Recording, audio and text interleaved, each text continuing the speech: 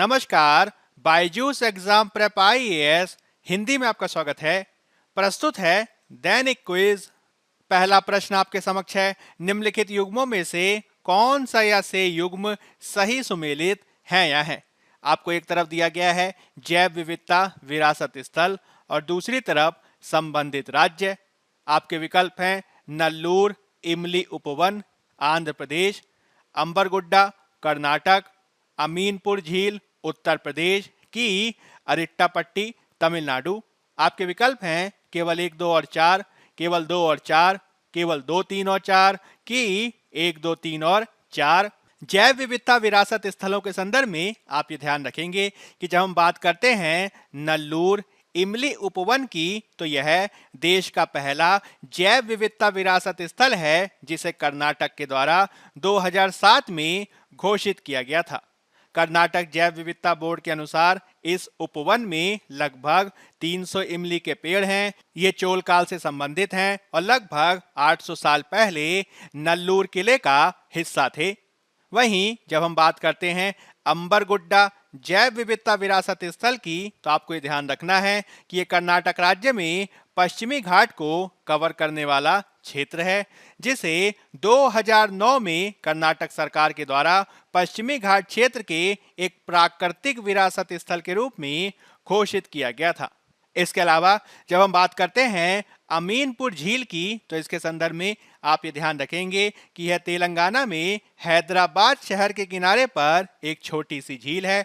यह भारत में जल का पहला निकाय है जिसे जैव विविधता विरासत स्थल के रूप में मान्यता दी गई है और साथ ही शहरी क्षेत्र में स्वीकृत होने वाला यह पहला जैव विविधता स्थल है। जब हम बात करते हैं अरिट्टापट्टी की, तो हाल ही में चर्चा में रहा है क्योंकि तमिलनाडु सरकार ने एक अधिसूचना को जारी करके अरिट्टापट्टी और मीनाक्षीपुरम गांवों को राज्य का पहला जैव विविधता स्थल घोषित किया गया है, जो मदुरई के पास स्थित एक गांव है। इस रूप में आप ये देख सकते हैं कि जैव विविधता विरासत स्थलों के संदर्भ में सही सुमेलित युग्मों में आप दूसरे को सही सुमेलित दे सकते हैं और चौथा इसमें सही सुमेलित है। इस रूप में हमारा सही उत्तर हो जाएगा बी, केवल 2 और 4। आज के द हिंदू में इससे संबंधित खबर प्रकाशित हुई है। अगला प्रश्न आपके समक्ष है, निम्नलिखित में से कौन सा कथन प्रोजेक्ट उन्नति का सटीक वर्णन करता है।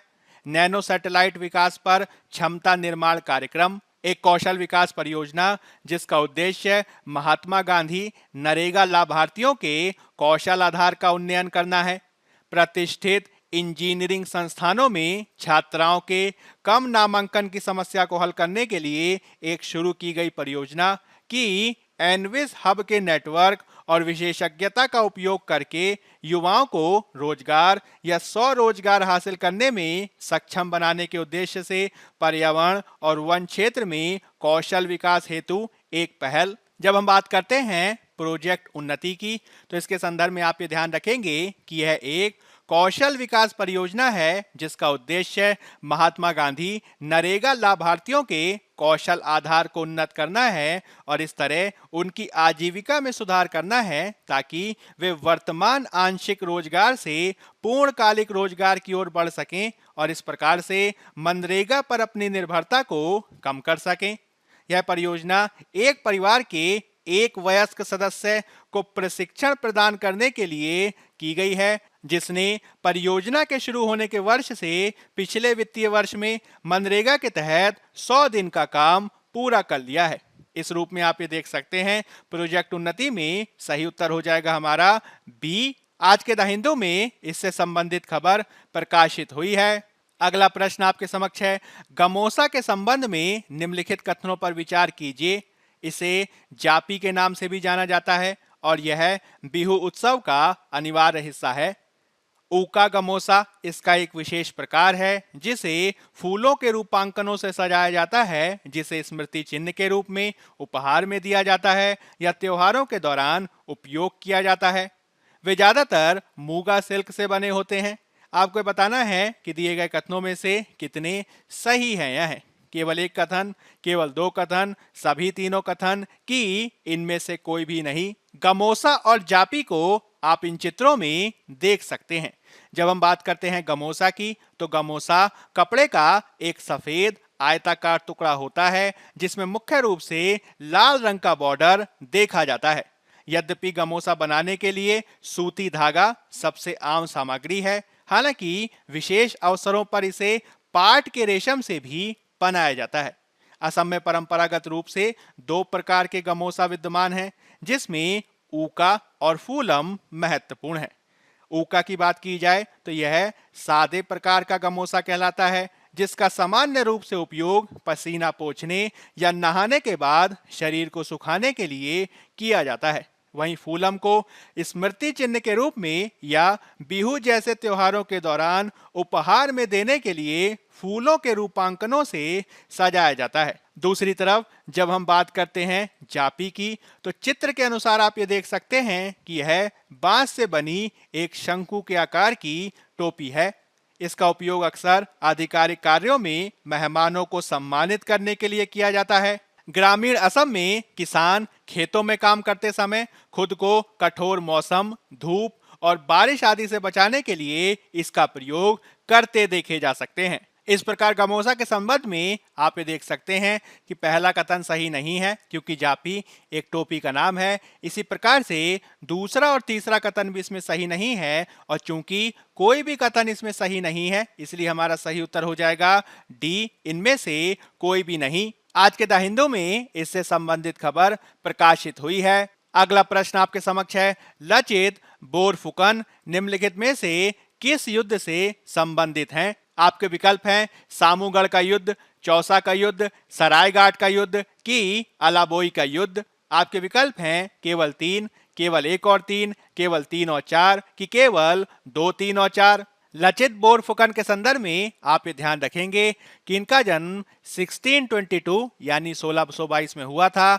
और इन्हें 1671 के सराय घाट की लड़ाई में उनके नेतृत्व के लिए जाना जाता है, जिसमें मुगल सेना के द्वारा असम पर कब्जा करने के प्रयास को विफल कर दिया गया था।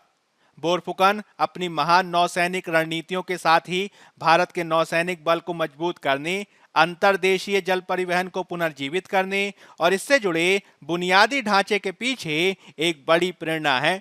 इसके अलावा लचित बोरफुकन अलाबोई की लड़ाई से भी संबंधित हैं। आपको ध्यान रखना है कि अलाबोई की लड़ाई 1669 में लड़ी गई थी, और यह है अहोम साम्राज्य और मुगल साम्राज्य के बीच लड़ी गई एक लड़ाई थी। हालांकि इसमें अहोमों को विजय प्राप्त नहीं हो पाई थी।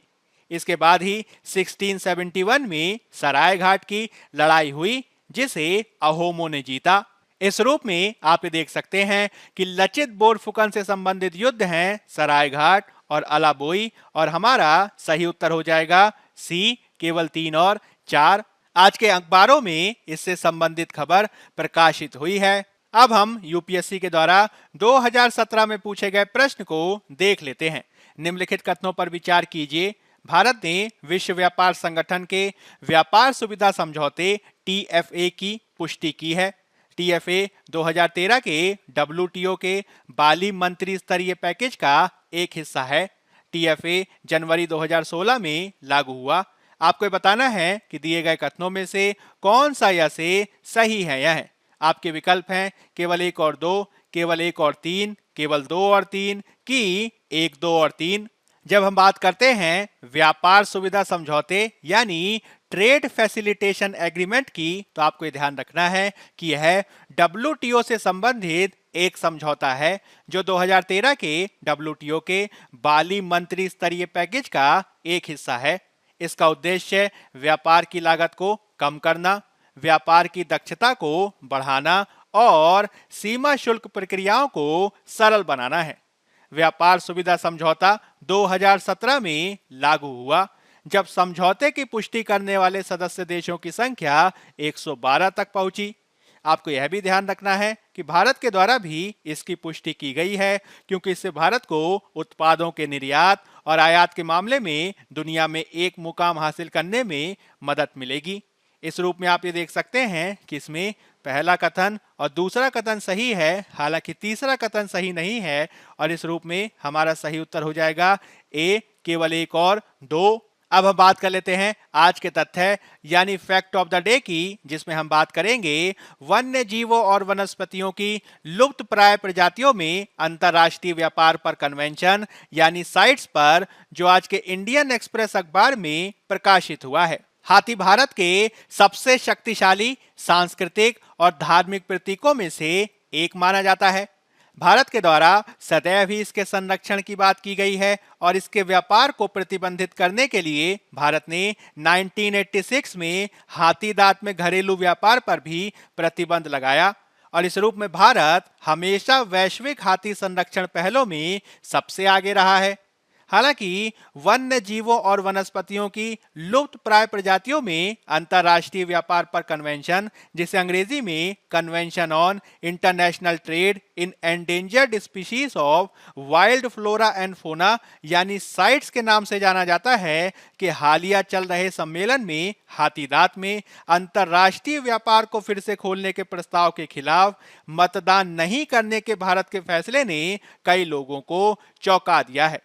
नामीबिया, बोत्सवाना, दक्षिण अफ्रीका और जिम्बाब्वे से हाथीदांत में नियमित रूप से नियंत्रित व्यापार की अनुमति देने के लिए हाल ही में पनामा सिटी में इस पर मतदान किया गया था। इस पृष्ठभूमि में यदि हम साइट्स समझौते को समझने का प्रयास करें तो आपको ये ध्यान रखना है कि जब हम बात करते हैं साइट्स की, तो यह सरकारों के बीच एक अंतर्राष्ट्रीय समझौता है जो ये सुनिश्चित करने के लिए किया गया है कि जंगली जानवरों और पौधों में अंतर्राष्ट्रीय व्यापार से प्रजातियों के अस्तित्व को खतरा ना हो।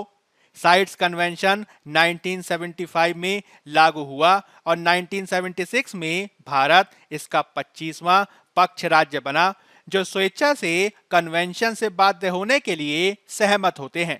साइट्स के तहत शामिल प्रजातियों के सभी आयात, निर्यात और पुनर्निर्यात को परमिट प्रणाली के माध्यम से अधिकृत किया जाता है। साइट्स के तहत आपको इसके परिशिष्ट 1 और परिशिष्ट 2 को याद रखना है। साइट्स का परिशिष्ट 1 विलुप्त होने के खतरे वाली प्रजातियों को सूचीबद्ध करता है। इन प्रजातियों के व्यापार के लिए आयात या निर्यात परमिट शायद ही कभी जारी किए जाते हों, और यदि ऐसा किया भी जाता है तो इसका उद्देश्य प्राथमिक रूप से वाणिज्यिक नहीं होता। वहीं जब हम बात करते हैं साइट्स के परिशिष्ट 2 की, तो आपको ये ध्यान रखना है कि इसमें ऐसी प्रजातियों को शामिल किया जाता है जो अनिवार्य रूप से विलुप्त होने के खतरे में नहीं है, लेकिन जिसके व्यापार को सख्ती से विनियमित किया जाना चाहिए। आपको यह भी ध्यान रखना है कि हर 2 साल में साइट्स की सर्वोच्च निर्णय लेने वाली संस्था यानी पार्टियों का सम्मेलन कॉन्फ्रेंस ऑफ द पार्टी आयोजित की जाती है, जहां पर किस प्रजाति को परिशिष्ट 1 में रखा जाना है, किसको परिशिष्ट 2 में रखा जाना है और किसको इससे बाहर करना है, इसके संदर्भ में तय किया जाता है।